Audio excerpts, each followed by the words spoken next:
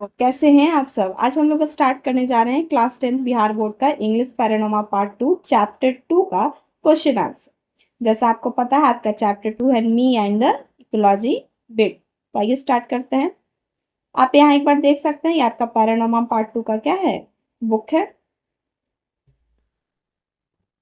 यहाँ आपका दो, जैसा आपको पता है अकॉर्डिंग टू द सिलेबस हम लोग दो सेक्शन में पैरानोमा पार्ट 2 को पढ़ रहे हैं। फर्स्ट इज परिवोज, परिवोज पे अभी हम लोग पढ़ रहे हैं मी एंड इकोलॉजी बिट।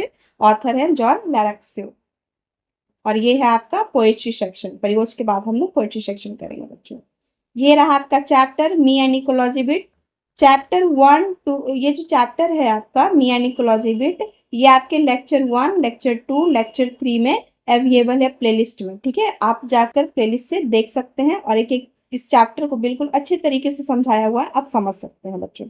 तो आप प्लेलिस्ट में जाके एक बार देख लीजिए अगर आप नहीं पढ़े हैं तो। आइए आज इसके हम क्वेश्चन आंसर को करने वाले हैं। तो क्वेश्चन आंसर आपके स्टार्ट करते हैं। आपके बुक का पहला जो क्वेश्चन है वो क्वेश्चन क्या है देखते हैं। First question, what are this slogan. ये स्लोगन क्या है। रीड एट अलाउड, मतलब इसको पढ़िए। अलाउड मतलब जोर से पढ़िए। क्या क्या स्लोगन है, जैसा आपका फर्स्ट पेज में ही बुक में ये स्लोगन दिया है इस चैप्टर के फर्स्ट पेज में कि सेव अर्थ, सेव ट्री और सेव वाटर। ये क्या है आपका स्लोगन है बच्चों। तो हम यहाँ लिख सकते हैं आपका क्वेश्चन नंबर 1 का आंसर क्या हो जाएगा। यहाँ आपका आंसर ये अवेलेबल है, ये देखते हैं लिखा हुआ है, आप राइट डाउन कर सकते हैं। सेव वाटर, सेव ट्री और सेव अर्थ, ये आपके स्लोगन है। ठीक है, सेकेंड क्वेश्चन की तरफ चलते हैं अब हम लोग। सेकेंड क्वेश्चन क्या कह रहा है आपका बच्चों, आइए पढ़ते हैं। सेकेंड क्वेश्चन कह रहा है व्हाई दिस स्लोगन डिस्प्लेस। ये स्लोगन जो है क्यों दिखाया गया है, क्यों बताया गया है।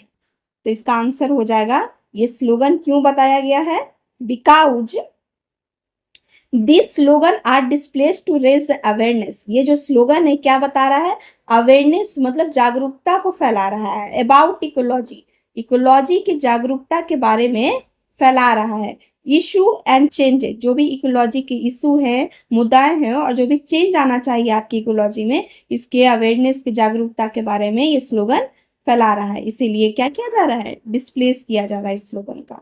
तो ये था आपका क्वेश्चन नंबर 2 का आंसर। ठीक है, आइए अब हम लोग क्वेश्चन 3 की ओर चलते हैं। क्वेश्चन 3 क्या करता है, आइए पढ़ते हैं। डू यू लाइक, क्या तुम्हें पसंद है। दिस स्लोगन, जो स्लोगन है उसको तो क्या तुम्हें पसंद है। एंड वाई, अगर पसंद है ये सारे स्लोगन तो क्यों पसंद है। तो क्यों पसंद है स्लोगन बच्चों, आइए इसका हम आंसर देते हैं हम लोग। ये स्लोगन तो हमें पसंद है, तो पहले क्या हम लिखेंगे, यस हमें ये स्लोगन क्या है पसंद है। ड्यू टू, कारण क्या है, कारण due to the lack of ecology awareness, जो क्योंकि क्या है इकोलॉजी अवेयरनेस, इकोलॉजी की जागरूकता की क्या है कमी है लोगों को। एंड और ह्यूमन कॉन्स्टली, ह्यूमन जो है लगातार depleting the natural resource of earth, human जो है मनुष्य जो है लगातार क्या कर रहे हैं, प्राकृतिक सोर्स, नेचुरल रिसोर्स का मतलब प्राकृतिक सोर्स जो है पृथ्वी का, उसको डिप्लेटिंग यानी खत्म कर रहे हैं।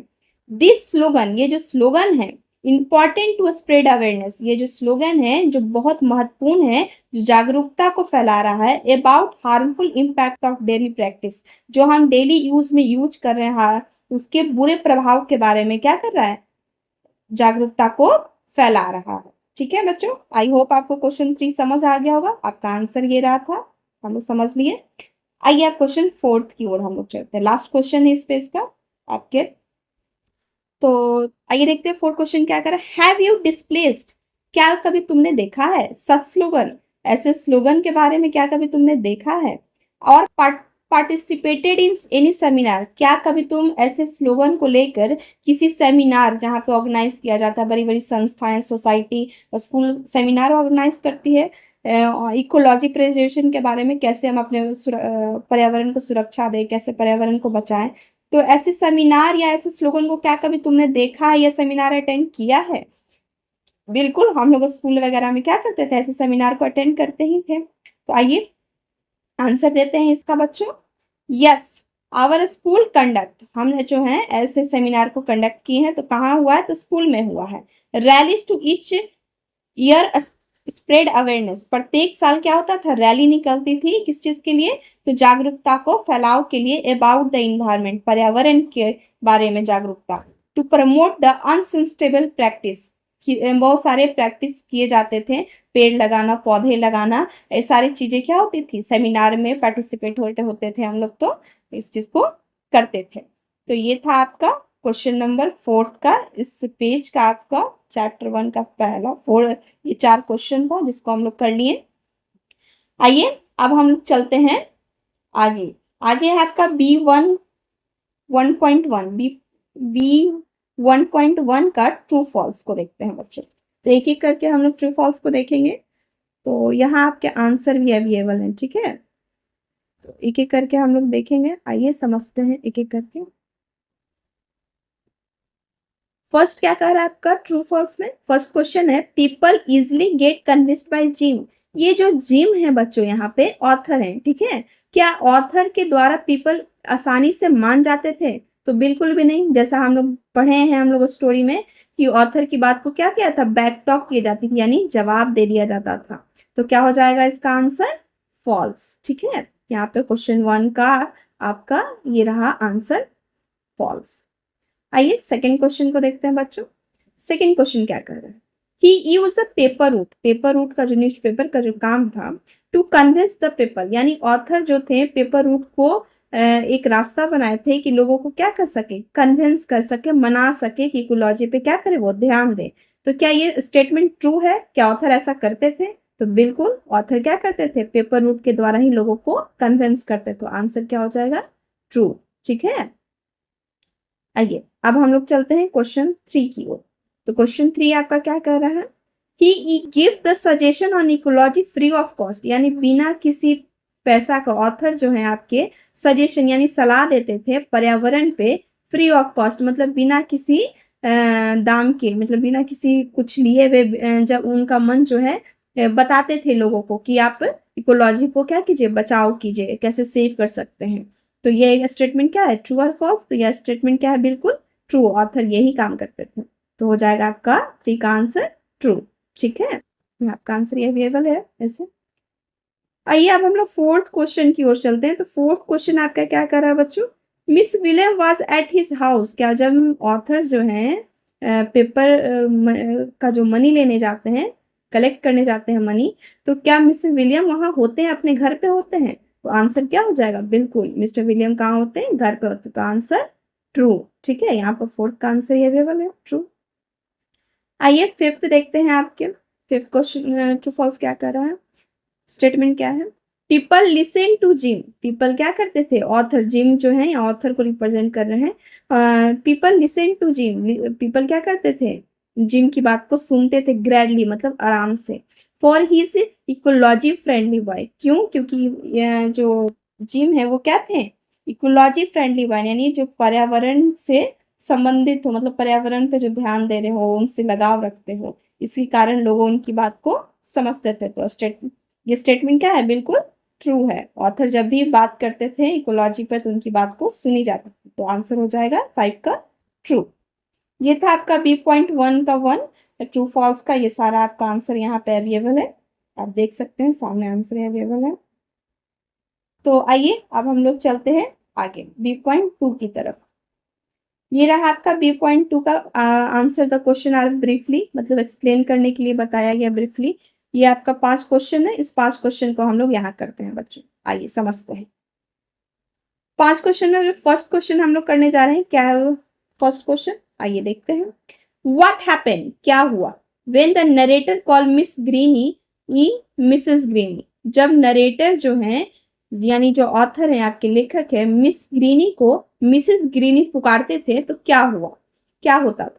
तो क्या होता था, इसका आंसर क्या हो जाएगा, narrator call the miss Greeny to Mrs Greeny, जब मिस ग्रीनी को नरेटर मिसेस ग्रीनी कहते थे तो वो क्या कहती थी, सी सेज, वो बोलती थी, he does not have a money, मतलब उनके पास क्या है, पैसे नहीं है, and bring the other issue to avoid the paying, मतलब अलग तरह के एक मुद्दा को उठा लेती थी ताकि पेमेंट ऑथर को, नरेटर को ना करना पड़े, जब उनको मिस ग्रीनी से मिसेस ग्रीनी पुकारते थे। तो ये था आपका आंसर।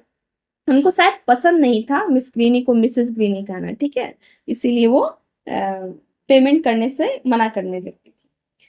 तो चलिए ये था आपका फर्स्ट क्वेश्चन। अब हम लोग सेकंड क्वेश्चन देखते हैं। क्या कह रहा है आपका, व्हाट डज द नरेटर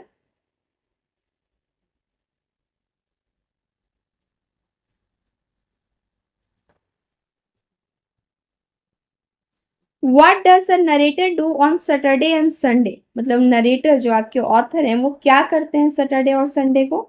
तो सैटरडे और संडे को क्या रहता है, हॉलीडे रहता है। तो क्या करते हैं सर, देखिए, ऑन सैटरडे और संडे, सैटरडे और संडे को narrator collect the payment from customer.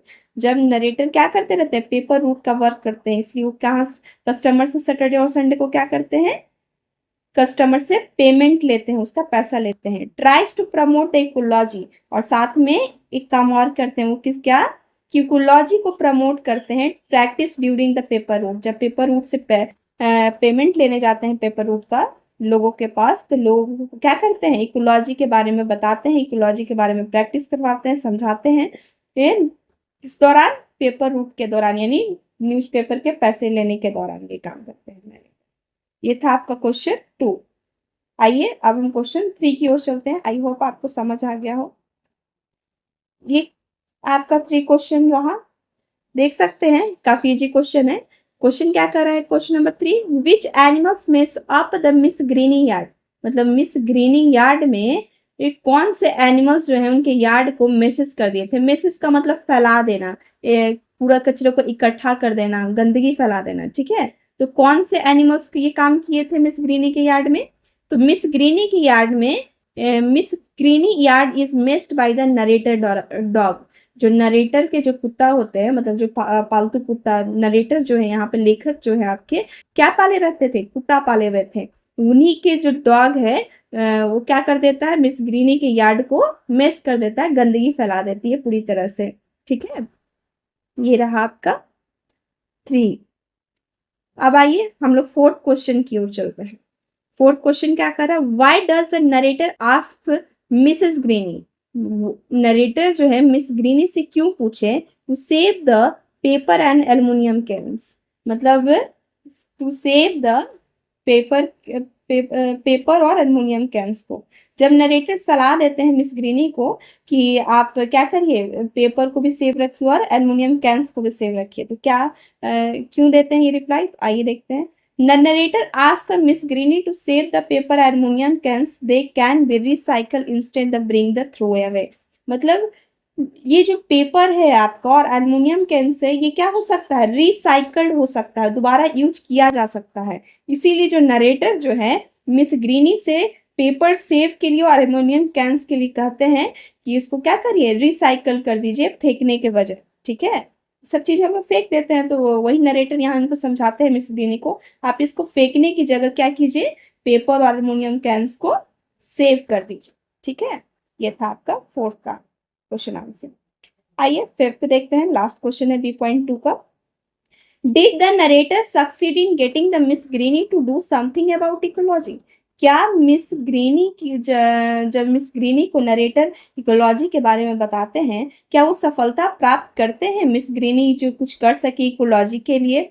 तो क्या होता है आंसर, देखिए, नो। मिस ग्रीनी के जब भी नरेटर उनको बताते हैं कि इकोलॉजी को सेव किया जाए, तो उस चीज में वो सफलता प्राप्त नहीं करते हैं नरेटर, तो आंसर हो जाएगा नो।